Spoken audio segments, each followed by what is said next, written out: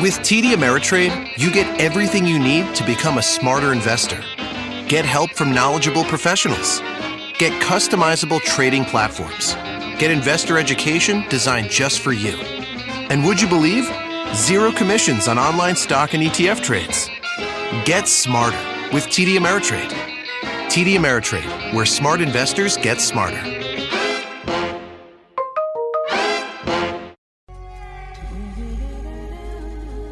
The Cricket Badger Podcast IPL Daily, in association with Moonrise Cricket, Indian Premier League 2020 13th edition. Every day, every game, every spill, every thrill, every triumph, all the way to the IPL trophy.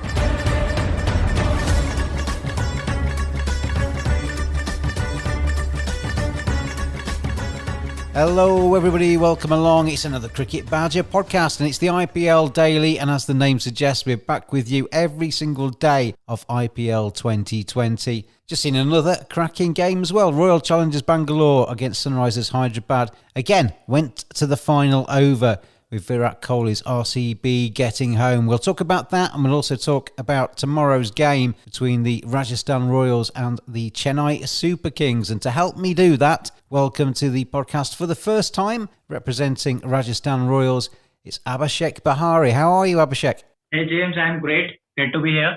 Thanks for calling me. Back again for the second time, it's Deepak Panda. Deepak, CSK successful in the first game. Are they going to be a successful second time around? Hi, James. Yeah, of course. There were a lot of positives from the first game. Quite confident for the next game. I've really enjoyed all three games so far, and I'll tell you why. Some people say, I love Test cricket, I love red ball cricket, I love the long form of the game, but I also like T20. And the three games we've had so far in this tournament, Abhishek, have been real good examples of how good a T20 can be, where one side gets on top, the other one comes back. You're never quite sure who's going to win it until right at the end. They've been topsy-turvy throughout, and it's been a really good advert for the IPL, the first three matches, haven't they? Yeah, absolutely, James. I think I'll totally agree with you. I think both three games have been a total roller coaster ride. It's not been what you would say a dull one-sided affair. With a single match even going to the super over. And even today's match with RCB and the Sunrisers, you will see that in the first 12 overs, it's looking like the SRH are cruising along. But then there's sudden implosion came along. From 121 to 2, they went to 153 all out. So that's the beauty of the game. The things are moving, the things are changing. Over by over, the things are moving right. So I think it has been a very good 3 days for the IPL so far. And as you say, 121 for 2 they were after 15 overs, chasing the 164 to win. It was in the back pocket of Sunrisers Hyderabad. Johnny Bairstow then plays a rather daft swish across the line against Chahal, and all of a sudden Sunrisers fall in a heap. It wasn't too clever from them, but it was good from RCB to fight back like they did. Absolutely, James. That shot at that point was quite unnecessary, considering that they had to bowl one out of Sundar or Dubey in the final 5 overs. Johnny Bairstow could have just looked to play Chahal out and then attack Dubey. And Deepak, we've seen today, I don't know if you listened to the Cricket Badger podcast a few days ago, but we did a Ones to Watch one, the youngsters in the competition and who we should be looking out for as we go through the IPL. The name that came out top of the tree for people to watch during this competition was the young man that got 56 for the Royal Challengers Bangalore today, Devdutt Padikkal. He is some player, isn't he? Talent and then some. Well, he was actually the highest run getter of India's domestic T20 competition in 2019-2020. And it was obvious that RCB were going to start with him. And therefore, that's the reason they started with Josh Philippe instead of the regular keeper Parthiv Patel. Just to accommodate Devdutt Padikkal because of the talent he is. Absolutely fantastic, wasn't it? And the other man that shined for RCB today with the bat was the man that I just think is the crown jewel of world cricket, AB de Villiers. When he's playing well, Deepak, there are a few better players to watch. He was fantastic today again. Absolutely. That was the finish they required. Yes, they were a bit strangled by the SRH bowlers after the openers got out. But yes, it was de Villiers finishing that took us to a score of 160 plus. And that proved to be very, very crucial in the end. Moonrise is a sports engagement website to allow sports fans to learn from the very best. Get a personal video message recorded for a fan's special occasion. Have a professional cricketer as your next coach by getting video feedback or having a 30-minute conversation with some of the world's best players. Players such as Jimmy Neesham, Colin Munro, Tammy Beaumont, Danny Wyatt, Monty Panesar. Visit moonrisesports.com or go to Moonrise Sports on Facebook, Instagram and Twitter. Moonrise Cricket, let's play.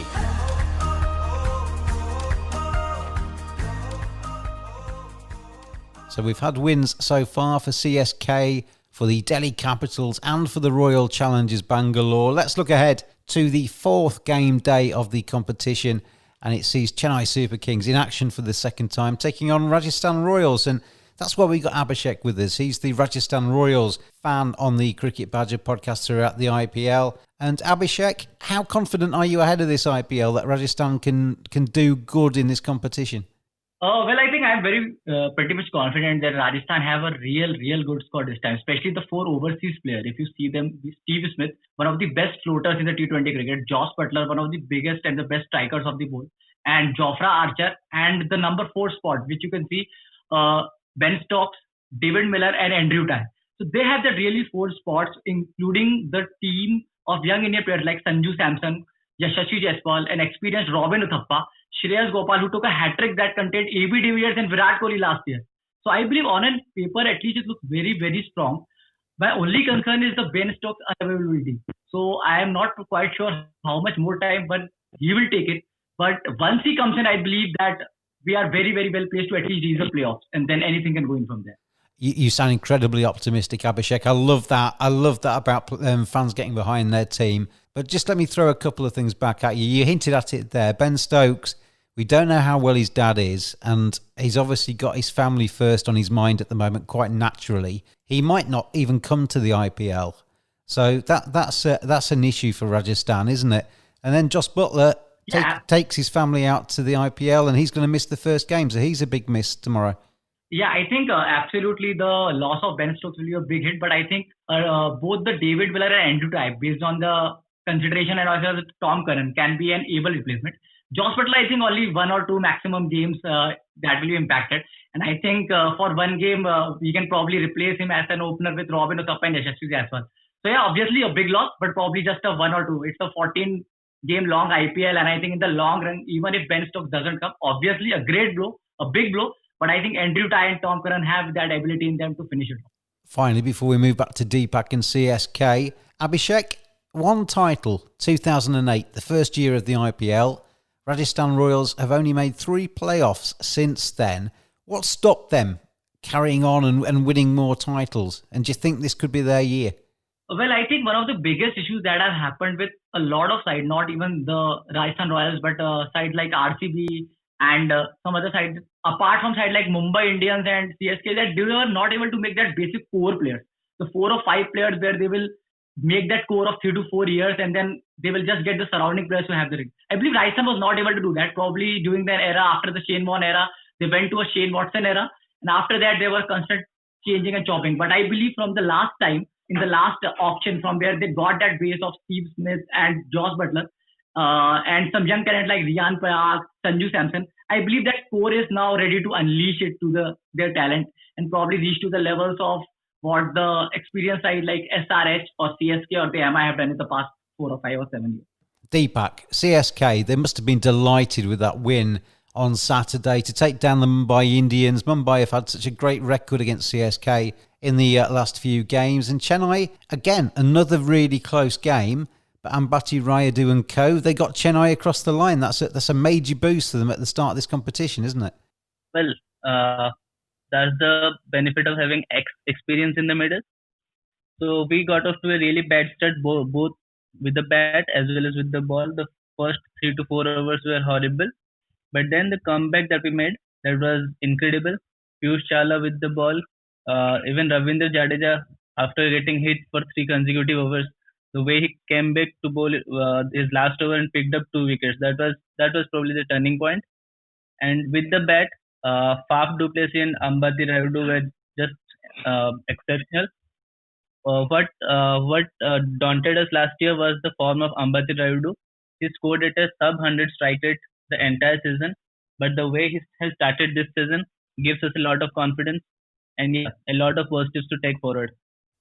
Faf du Plessis as well. He played more of the anchor role, but he showed his experience in that middle order, didn't he? Coming in at number 3, lost a couple of very early wickets there, but Faf stood tall and kept Ambati company through that big stand and ultimately saw them home. He's a major part of that team, isn't he? Yeah, absolutely. Like we saw in the 2018 qualifier, he just knows his role quite well. I mean, just look at how he accelerated his innings, how he paced his innings. He just supported Rayudu when Rayudu was hitting it well, and just when he got out, when MS came to the crease, he just took over and hit that very essential boundary. So, and his catching has been absolutely fabulous. That was brilliant, wasn't it? Absolutely brilliant. Regardless of his age. Yeah. So those 2 or 3 boundary catches, including the one of Hardik Pandya, yeah, those were very, very eye-catching, and those are some of the turning points of the match. One of my favourite players is Imran Tahir. Took 26 wickets last time. He picked up the purple cap in 2019. Why was he not playing? Where's Imran Tahir? Well, that was quite surprising to me too. But looking at their batting lineup, without Raina, they needed an extra batsman, and therefore they had to play Watson, Faf, both of them. And without Bravo, Sam Curran was the obvious choice. And like I mentioned in the previous podcast, that CSK had a weak death bowling lineup, and that's the reason they went for Lungi Ngidi. And Ngidi, after getting hit for 29 runs in his first 2 overs, came back and took 3 crucial wickets in the end. Tahir is obviously going to come into the play towards the later stages when the pitches assist more spin. At present, seam bowlers are getting more help from the pitch, and hence Tahir will probably have to sit out in the first 4 to 5 games. Abhishek, back to you for Rajasthan Royals. You mentioned in one of your previous answers, but Sanju Samson is a player I love watching. 2 centuries before in the IPL, but he can be a little bit hit and miss, can't he? Consistency is not necessarily his strong point. Rajasthan would like to see him being a little bit more consistent throughout the whole tournament rather than just 1 or 2 big knocks. Yeah, I think absolutely. That's quite clear that consistency has been a bit of issue for Sanju Samson. But actually, he's still one of the best Indian players to have played the league in the last 3 to 4 years, alongside the likes of Rishabh Pant and some other players who also have that consistency issue. Probably the experience of playing will probably rub it off, and probably some of those jitters will go away. So absolutely, like I said, apart from the 4 overseas players, I think apart from the 4 overseas players, the 2 players that I am most excited about is one is Riyan Prayag and Shreyas Gopal alongside the Sanju Samson. So obviously, I still do not believe that he's at the pedal of James Buttler, that we are expecting 7 or 8 half centuries in a 14-match tournament. But probably we can contribute decent enough in 7 to 8 programs with around half centuries and scores of 30s, 40s and 4 to 5 days. James, I think he has tremendously done his job. Steve Smith, captain. He's a fantastic test player. He's a very good batsman, obviously. T20 is not necessarily his strongest format. Do we foresee any problems for Rajasthan if Steve Smith has a poor start to this tournament with the bat? As captain, is he undroppable, or can they change things around? Well, of course, you could say that considering his ODI and Test pedigree, he's probably not that much a T20 player, because he cannot accelerate at that rate with that someone like a James Buttler or probably a Hugh Davis can. But I still believe he's one of the best brains for a T20 captaincy. I think last time in the tournament when the Rahane and captaincy was not working, when he took over, seriously you could see the team management decision had a very good impact. The players started to perform. The players like Riyan Prayag came to the fore, and a lot of good things started to happen. So I still believe that, yes, there are concerns about his batting, but I still believe that he's undroppable as a captain. And I think as a floater anchor in the UAE pitches, where not 180 and 200 is on the mind, probably a 140 to 160 score, I think he becomes pretty more efficient there. So I would personally think that he's undroppable for me. Yes, probably batting an issue, but probably he's one of the best T20 captains. Even his impact on the rising Fuji Super Giants in the 2016 season says that. The same team which was managed by MS Dhoni, it finished out of the playoffs, but he managed to take it to the final and just lost by 1 run to Mumbai. So he's still a very, very great T20 captain. Deepak, MS Dhoni, we know his captaincy skills. He was instrumental in the field, I think, for CSK against Mumbai, really reined Mumbai back in. But where is he confidence-wise with his batting? Because I've seen articles saying that he might come in at number 4 for CSK, and he kept going back down the order and down the order. Sam Curran came in. Sam Curran played well, but MSD all the way down the order there. Does he trust himself with the bat because he's been out for a while? Well, that's quite strategic. I feel it is more of a tactical move than a confidence thing. The thing was when he sent out Ravindra Jadeja, he knew that Hardik won't be bowling because of the injury issue, and hence Krunal will be bowling at least one over. And we all know that Dhoni starts slow against the slow left armers, and it was his best bet that a left armer will go and tong the ball against the left arm spinner. And against Bumrah, you always need some unorthodox hitting. And without Bravo, Sam Curran was the obvious option. And he was a wicket that CSK could afford to lose with Dhoni and Jadhav to come. It was a win-win situation. If it goes on, he will win you the game. If he gets out, you have Dhoni and Jadhav at the end. So like Dhoni mentioned in the press conference, that it was more of a psychological thing that you have batsmen towards the end so you can go out and play freely. It's that Badger style. Sarada11 on Twitter. And you can contact us on the show in the future at cricket_badger. If you've got any questions or suggestions or comments on the IPL so far, be sure to get them sent in. Just use the hashtag AskBadger and then they'll come through for the next show on the list. But Sarada11 asks, is Vijay Shankar and Washington Sundar, are they any good, he says? Because I don't think he's convinced. Deepak, what's your thoughts on Vijay Shankar and Washington Sundar?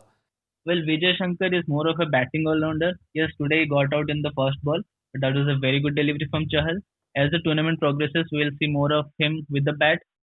And I believe he needs to bat at number 4 in the lineup that they have. Warner and Bairstow opening, Manish Pandey at 3, and Vijay Shankar has to bat at 4. After 4 or 5 matches, we'll probably have a better idea of where he stands right now. And his bowling, he needs to work a lot on his bowling. Regarding Washington Sundar, he probably didn't bowl today. He's more of a power play bowler, and with the lineup RCB have, if they play both Stain and Umesh, both of whom are power play bowlers, they have to bowl Sundar in the middle overs, and Sundar in the middle overs is quite untested at the moment. So it will be interesting to see how RCB use him. Batting wise, he's still a work in progress. So I would say both Vijay Shankar and Washington Sundar, they both need to work on one of their skills and are still not considered as genuine all-rounders. Good answer, Deepak. Right, so far on the daily podcasts, we've been allowing the new guests to give a minute on why they think their team is going to A, win their next game, but B, also win IPL 2020. You've already done this, Deepak, but Abhishek, you haven't. Rajasthan Royals, Abhishek, tell me, you have 1 minute. Why are Rajasthan Royals a force in IPL 2020? Go. So I think Rajasthan Royals have made that core-based players. They have experience of playing in the past year also. So Steve Smith, Josh Buttler, Ben Stokes, Tom Curran, Jofra Archer. I think this core overseas is very, very strong. And just mix it with them with a really young talent like Yashasvi Jaiswal. Proven IPL performer Robin Uthappa was a big part of the KKR's 2 IPL wins. Sanju Samson, one of the best Indian young talents to emerge in recent times. Manan Vora, Rian Parag, and add to that a player like David Miller, who is not even expected to come into the playing 11 because their core 11 is so strong. So, and with spin expected to play a big role, I think with the IPL happening in UAE, there is twin factors that will happen the Royals. Benefit them. First is the Shreyas Gopal. He will be excellent in the UAP. And also they have taken one more important player, that is Mayank Markande, who many people may remember as a player who played really, really well for Mumbai Indians. And also I think this time in UAE with the IPL, I do not expect a 180, 190 score. I expect a 140, 160 score, which I believe a team like Rajasthan Royals will be more happy to contend and play with. So I think these are my reasons which I believe that Rajasthan will not only win the next match, but probably are one of the best contenders for the trophy this year. Good answer, Abhishek. That's one of the best we've had so far. That was superb. Congratulations on that. Let's finish, guys, with one very simple question, and I'm going to put it to both of you in turn. I'll start with you, Abhishek. Who wins tomorrow, and how close is it going to be? We've seen 3 very close games in the IPL so far. Is this going to be another one that keeps us on the edge of our seat all the way into the final over of the game? Well, James, I absolutely hope that, and I also believe that the game is going to be extremely close. I personally believe that Rajasthan will probably win. Deepak, same question for you. Yeah, without James Buttler, I think Rajasthan are relatively very weak. And except for Jofra Archer, we don't see any threat as of from Rajasthan as of now. And hopefully they won't play Mayank Markande, who has troubled the CSK middle order in the past couple of years. You can say there are still Steven Smith and David Miller, but CSK do have the lineup to tackle them. The CSK spinners have a very good record against Steven Smith, as well as David Miller. And none of the bowlers have actually threatened CSK batsmen except for Shreyas Gopal. Jofra Archer is there, but we have MS Dhoni, who scored such a strike rate of 130 plus. So quite confident. Looking forward to the next game. Fantastic. Deepak, Abhishek, it's been absolutely fantastic to have you both on the podcast today. Deepak, your second time. Thank you very much for joining me again. Thank you, James. It was a pleasure. And Abhishek, welcome to the Cricket Badger Podcast daily editions for the IPL. It's good to have you on board, and we'll talk to you again next time we get around to Rajasthan Royals. Thank you. Thank you, James. It was a pleasure talking to you. And out there, whoever you're supporting in IPL 2020, get behind your side. It's been a fantastic tournament so far. And join us every single day on the Cricket Badger IPL Daily Podcast.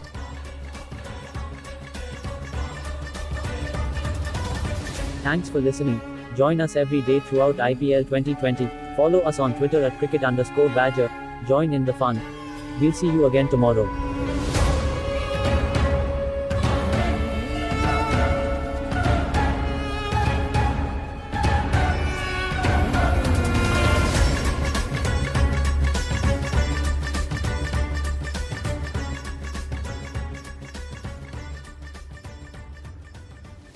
Advancements in the medical field are giving nurses faster, more effective results than ever before. They should expect the same from their education, too. Capella University's game-changing FlexPath format allows you to set your own deadlines and leverage your experience to move faster through your program. So the faster you move, the more money you save. When you're ready, we'll be here. Visit capella.edu for a trial course at no cost to you. Capella University. Don't just learn, learn smarter.